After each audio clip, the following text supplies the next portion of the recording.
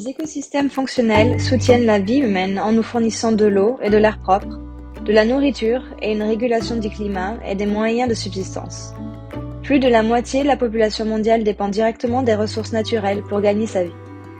Investir dans la nature, c'est s'assurer que nous disposons de moyens de survie durables. Malheureusement, nous perdons ces écosystèmes à un rythme alarmant. Le changement climatique, la perte de biodiversité et les activités humaines néfastes entraînent la disparition d'habitats et limitent la capacité des écosystèmes à nous protéger des catastrophes. Il est urgent d'accélérer le rythme de notre action collective pour mettre un terme à la destruction de la nature. Les efforts déployés pour sauvegarder la biodiversité ne seront pas suffisants si les femmes n'assument pas leur rôle de gestionnaire et de leader. Les rôles et les responsabilités des femmes les mettent souvent en contact direct avec la nature. Elles ont une connaissance approfondie des espèces locales, de leur utilisation et de leur gestion. Néanmoins, les inégalités économiques, structurelles et sociales persistent et limitent la reconnaissance et la participation des femmes à la prise de décision en matière de biodiversité.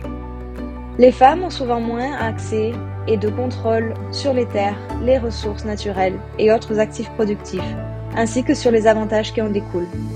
Par exemple, les femmes assurent 43% du travail agricole dans les pays en développement, mais ne détiennent qu'une fraction des richesses et des terres.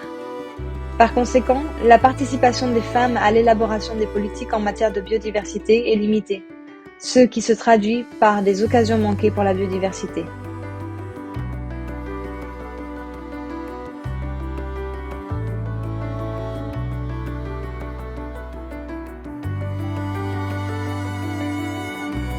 Depuis 2008, les pays sont invités à intégrer les considérations de genre dans les efforts déployés pour soutenir la Convention sur la diversité biologique, la CDB.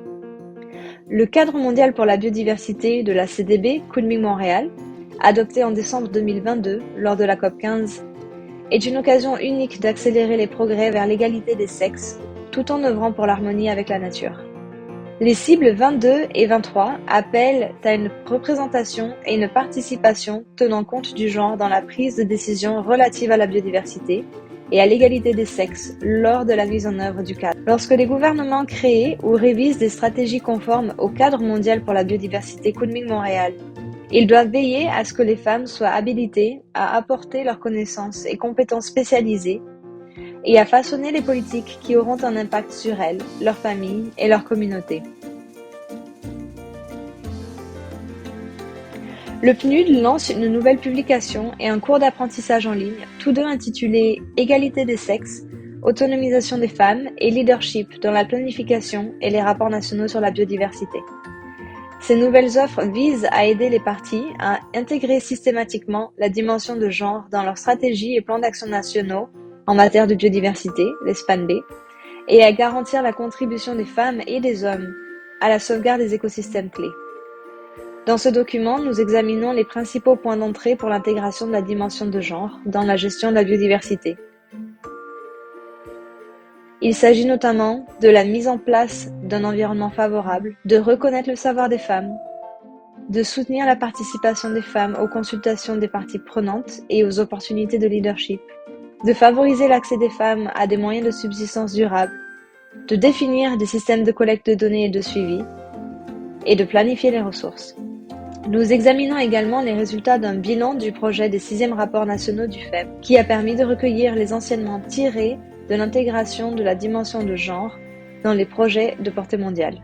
Alors que nous prenons des mesures pour enrayer la perte de biodiversité et réparer notre relation avec la nature, nous devons veiller à ce que les femmes soient habilitées à contribuer aux côtés des hommes en tant que leaders. Cela peut conduire à des politiques plus efficaces en matière de biodiversité, qui tiennent compte des diverses connaissances des hommes et des femmes et qui sont soutenues par l'ensemble de la société. Rejoignez-nous pour renforcer le rôle des femmes dans la conservation de la biodiversité dès aujourd'hui.